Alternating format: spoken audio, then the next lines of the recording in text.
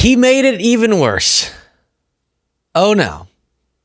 Trump's tariffs are causing Trump taxes. Trump tariff, Trump taxes. Why am I doing that? Particularly annoyingly. The reason is because as we go through what we're going to talk about in this segment, which is that Trump answered questions at the White House after the big announcement, which is not really an announcement, but it's being treated as one because he's been saying this is what he's going to do on February 1st, but he's saying yes. And I'm giving you more specifics now as to the tariffs I'm slapping on Canada, Mexico, and China, and the trade war that we're being launched into with no understanding. He refuses to engage with the impact this is going to have on prices for every American. Now, I said that he is making it worse. That's what I want to get into with him announcing, as he's taking questions in the wake of him making official his tariff plan for tomorrow. He's saying he has plans for more tariffs, and that's what we'll go through. And he seems very confused. And then after that, we'll talk about the origin, the origins or oranges, as Trump has said it, of Trump's tariff worldview. Okay, we're going to try to explore, what does he think a tariff will do? What does he think about this word? But before any of that, I will say it's really important as all this happens. We can't affect or change now that Trump's doing this. We tried to tell the world not to, or the country not to elect him. They didn't listen. We can only impact people's perception. And the important thing is that we don't believe or act as if facts speak for themselves. Yes, the facts are going to point towards Trump making a terrible economic decision, but we have to make sure that people know that, because they're going to try, like Trump blamed DEI for the crash. He's going to try to blame someone for these problems, and that's what we can impact. Trump's tariffs are causing Trump taxes. While you watch, please do click the subscribe button. Here we go. All three of them. And in one case, they're sending massive amounts of fentanyl, killing hundreds of thousands of people a year with the fentanyl. And in the other two cases, they're making it possible for this poison to get in, number one. And number two, we have big deficits, and it's something we're doing. And we'll possibly very substantially increase it. We're not. We'll see how it is. But it's a lot of money coming to the United States. As you know, we have about a $200 billion deficit with Canada, getting close to $200 billion. They've treated us very unfairly. And I say, why should we be subsidizing Canada? It's wonderful. I have so many friends in Canada. It's a great place. Is there a concession you're looking for, sir? No, we're not looking for a concession. And we'll just see what happens. We'll see what happens. And with Mexico, it's the same thing. We have a 250. So I already addressed his complete misunderstanding of both how tariffs work. Money not coming in. He said it's coming into the... What are you talking about? This is coming... It's in already, and then you're just taking it from companies. But also, trade deficit, doesn't understand what he's talking about with that, but I already said that and explained the details of that literally in the last segment, so I can't keep repeating these things. But let's get to his announcements about new sectors that will be tariffed. In addition to that, and you see the power of the tariff. I mean, the tariff is good, and nobody can compete with us because we have by far the biggest piggy bank. And so that'll take place very quickly. But also we'll be doing pharmaceuticals. And to bring our industry back, we want to bring pharmaceuticals back to the country. And the way you bring it back to the country is by putting up a wall, and the wall is a tariff wall. We were the richest country in the world. We were at our richest from 1870. And then he says that again. I'm scared. I'm scared that the President of the United States speaks about such an economic approach that's so broad in its scope, so massive in its aggression, that he's kind of correct when he says we're just going to have to see what happens. I'll give you the estimate about phase one tariff plan's impact on prices for you in this segment. I found a number, been looking, found one. But we don't know because of the responses we're going to see. But it does not make me feel better that he's saying, he's using terms like a piggy bank and a tariff wall. That doesn't reek of someone who really knows what they're talking about with this. So there he's saying pharmaceuticals now, I guess, are being added. Who knows? He's sort of just spitballing. Before we get back to this little press conference or chat with reporters, let's take our deep dive into what is Trump's ideology on tariffs, because maybe I'm missing something. So we went for a deep swim into the online universe where all the clips are of his past statements. And here's what I was able to find. And by the way, for years... And another loading problem. I had a little debacle. I'm just going to tell you all while I'm reloading this. I had a little debacle where I left all of my stuff somewhere yesterday. So I'm using a different computer. Doesn't work as well. Here we go. And by the way, for years they knocked the word tariff, properly used, is a beautiful word. One of the most beautiful words I've ever heard. It's music to my ears. A lot of bad people didn't like that word, but now they're finding out I was right. It's not whether or not you like the word. He's correct when he says it's how you use an economic tool, like every economic tool. And the massive rates on the largest trading partners with no end in sight, because he didn't even say there was a concession. You saw the first clip. He went, we're just going to have to see what happens. It will rock the boat economically in a way that I can tell you most Americans do not want. But that's okay. Maybe that was not enough context. Let's check in on a different time he gave his profound and intellectual ideology. Cash flow income is not going up.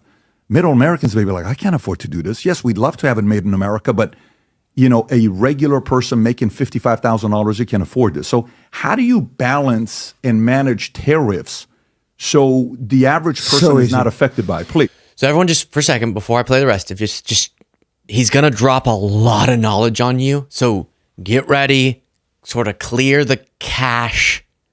Is that what it's called?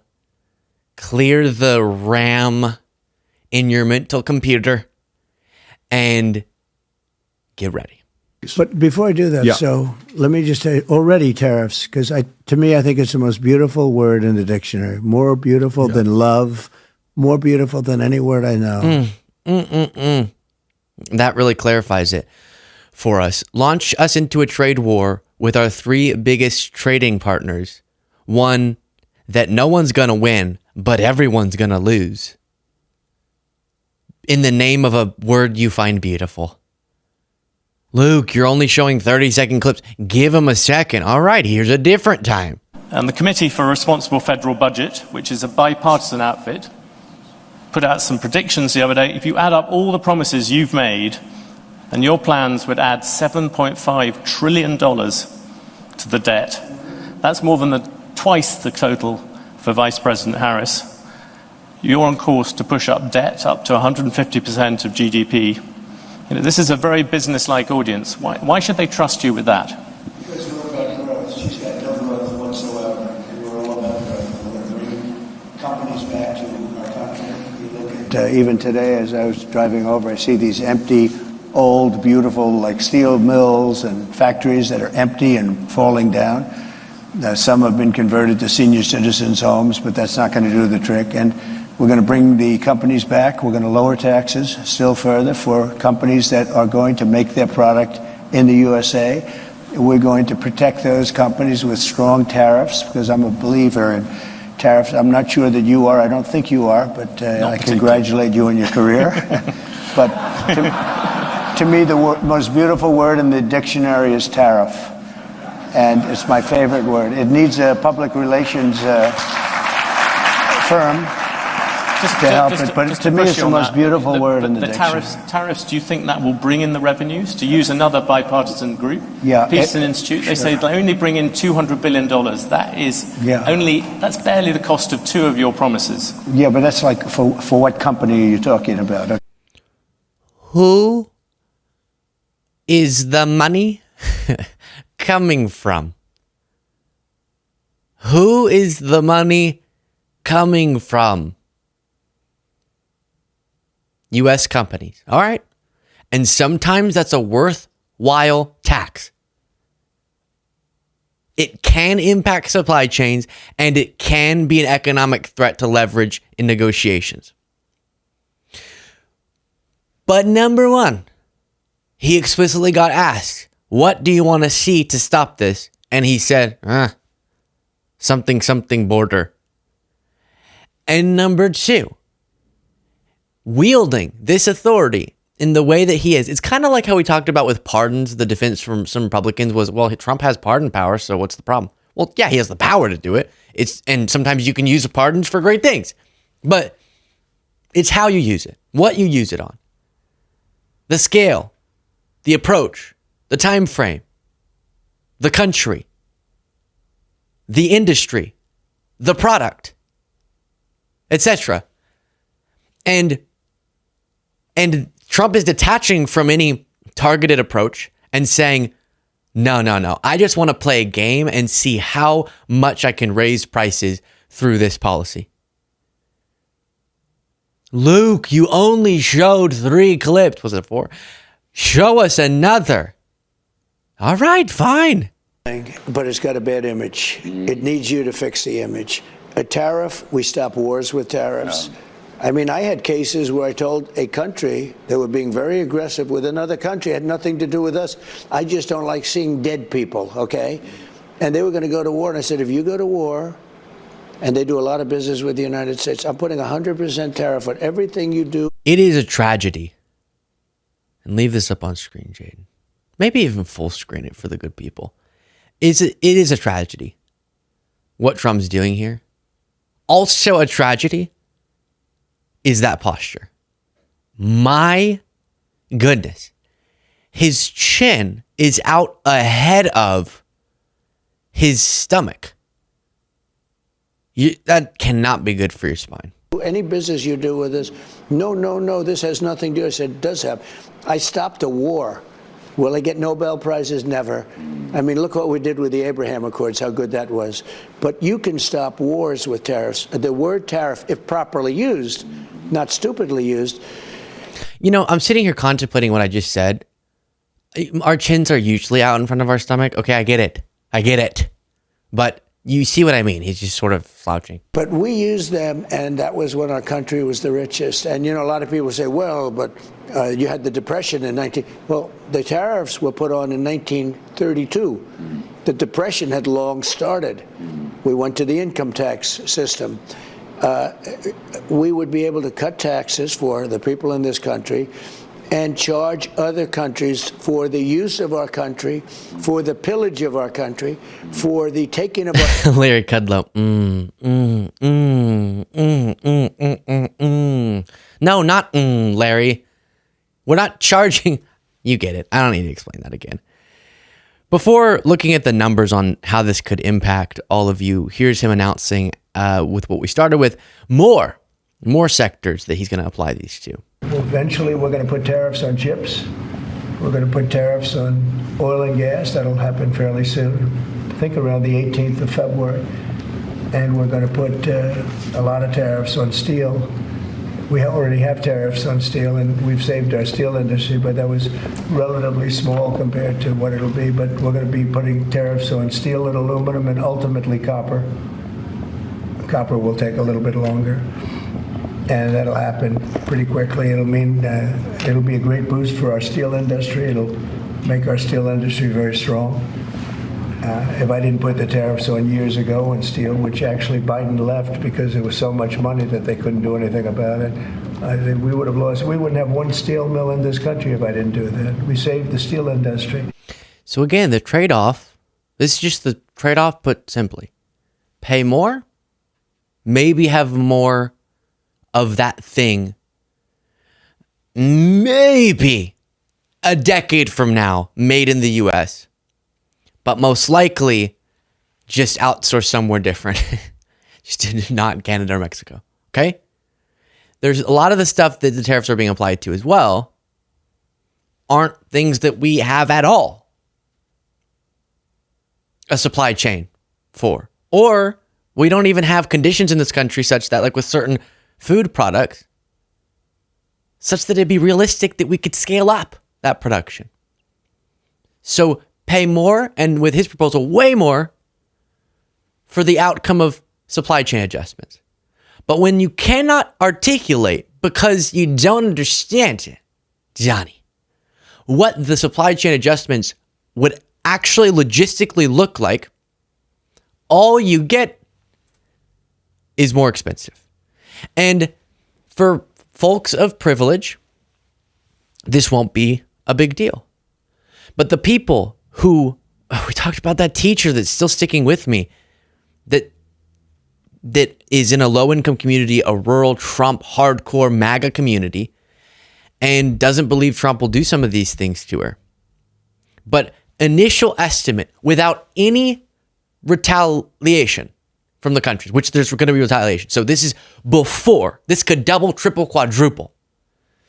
Trump's proposed tariffs could add $272 billion a year to tax burdens, according to Carl Shamoda, chief market strategist at Corpay Cross-Border Solutions. The Peterson Institute has estimated Trump's proposed tariffs would cost the typical U.S. household over $2,600 a year. Now, let me ask you, who out there wants to spend $2,600 more per year? Who just wants to give that away? Because any of you, any MAGAs out there who say, do it, Trump, I'll make you a deal. Convince Trump not to do it. Send me the $2,600 and we can, and it'll feel the same to you, okay? And we can all be happy. Okay? Deal? No. People can't afford, I'm forgetting the exact percentage of Americans, but a $200 emergency out of pocket, much less this amount per year. And that's what it could be, and it could increase.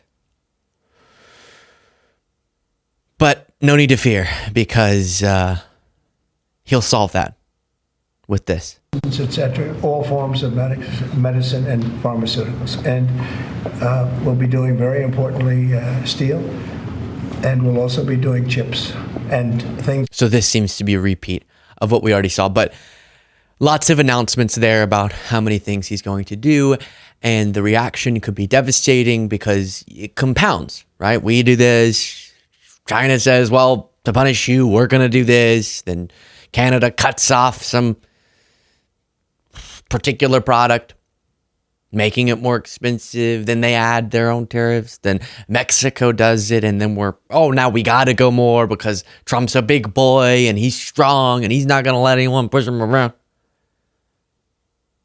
I did see someone post, and this is where I'll leave it, because this is a very serious subject, as I will keep letting you know if you're not familiar with me. If you're new, lots of new people recently. Hello, much love to you. I'm trying to make light of things just so we can get through it, but that should never take away from the gravity of them. But I did see someone post that someone should tariff whoever does Trump's eyebrows. Let me know your thoughts in the comments.